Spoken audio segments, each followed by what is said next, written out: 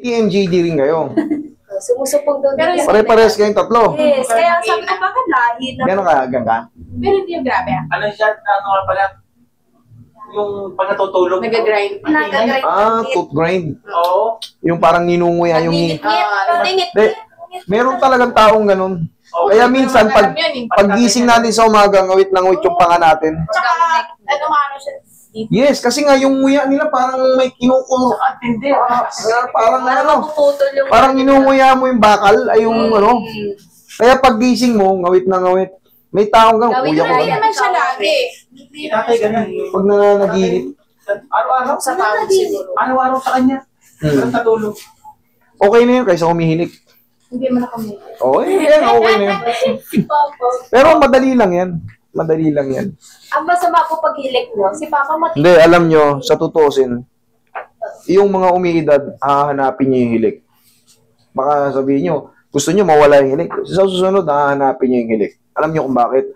Pag dumating yung panahon na umiidad ka na, ang tulog mo, parang tulog manok. Konting kaluskos, tulog. Ang babaw ng tulog mo. Kaya pag narinig nyo umiilik pa yung mga magulang nyo, ibig sabihin, masarap ang tulog nila. Hayaan nyo lang. May benefits yan. Igising nyo eh. Sa susunod, ang dami ko nakikita. Umilat na ako, wala naman namatay sa paghilik.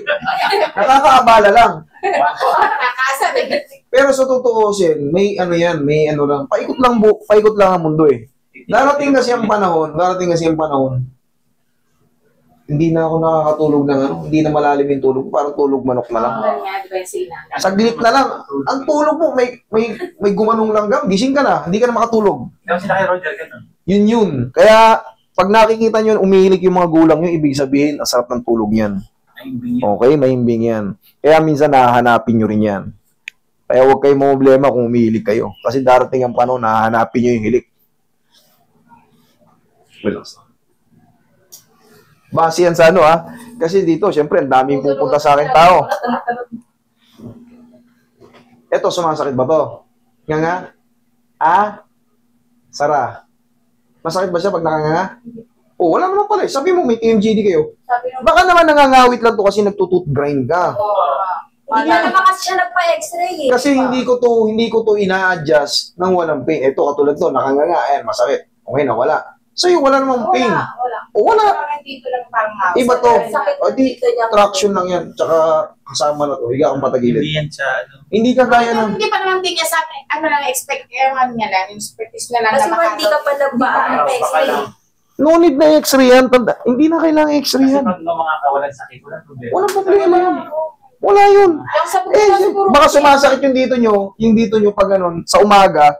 Kasi nga, kanang nguya ng tulog ka. Relax lang. Nanggigigil ka eh.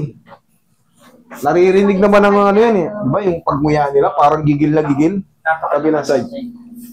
Kung siguro yung daliri mo, putol siguro. Kaya ang lagi niya problema dito. Putol siguro. Masakit, gawin na. Hindi, madali lang yan kaso mo. Madali lang yan kaso. Relax. Dapa. Kaya mawala yun, anak.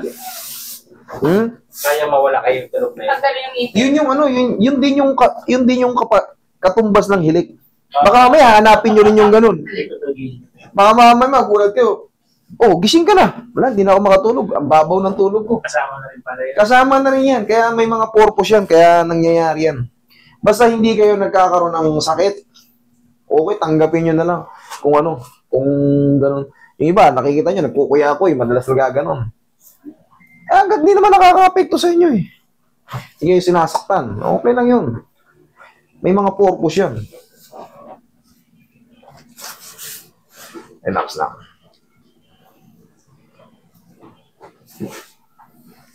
Yun yung katumbas ng hilik. O di, ibig sabihin, masarap ang tulog niya. Relax lang. Okay, lambutan mo lang katawan mo, ma'am. Relax lang. Taglag mo lang. Yan. Ito yung mga nangawit dito. Yan, yari yan dito. Relax lang. Lambutan mo lang katawan mo. Tapos mamaya traction. Diyan ka lang, ma'am. Mamasaching ka.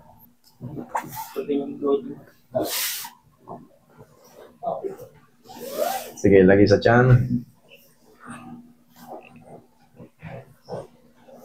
Relax na. Inhale. Exhale. Huwag ka matatakot. Meron pa tayo, mamasasin ko pa yung dito mo sa may ulo tsaka yung balikat.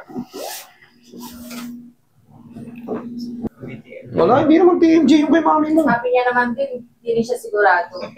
Hindi yan TMJ, di. Tsaka hindi yan basta-basta ina-adjust. Baka mamaya, wala namang sakit, master eh. In-adjust ko ngayon. Ba? Ibalik mo na lang sa dati, master, para sumakit yan.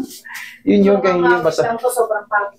Basta ano, Yung grind mo. Yung grind sa grind. sa grind yun, yung nangangawit mo na yun. Kaya pagod yung ano mo. Kaya pagod yung Sa ano. amin talaga na ano namin. Wala, laki kong humangay. Oo. Kita mo na, ikaw na nagpapatunay na walang problema.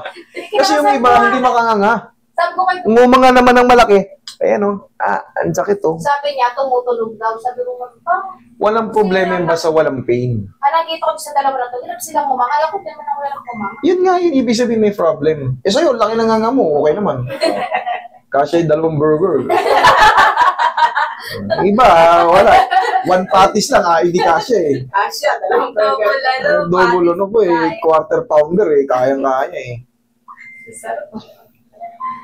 Pag hindi kaya ng 1 patties, ibig sabihin may Hindi problema pala yun. gano'n maangang ang pao. Yes. Relax. Kailangan lang niya may... Parang gusto kong ulitin yung paan, sarap na sa paan. Hindi, nakasingaw na yun. Tagal kasi niyang 3 ulit eh. Ngayon lang nakalaya. Kaya Kaya may kunyari na nararamdaman siya, may ilang araw. Yan o, sa kanya ulit. Pwede ka rin babalik ulit. Oo. kung may problema, di Problema. bigyan ko pa kayo ng warranty. Wala yan, ano. Wait lang ha. Quarterly. Paano may receipt ano? Lahat yun. Ganun gagawin natin. Parang gusto mo rin. Sabay rin ako pag gagawin. Oo, gusto mo ma-reset yung buhay. Kaysa naman ano, magpapa... Kaysa mag-receipt. Stress ang mga 20,000, ilang kami ispinan niya, 3. Wow, kita mo. Eh, kita mo, isang pektos ko lang, di tapos na.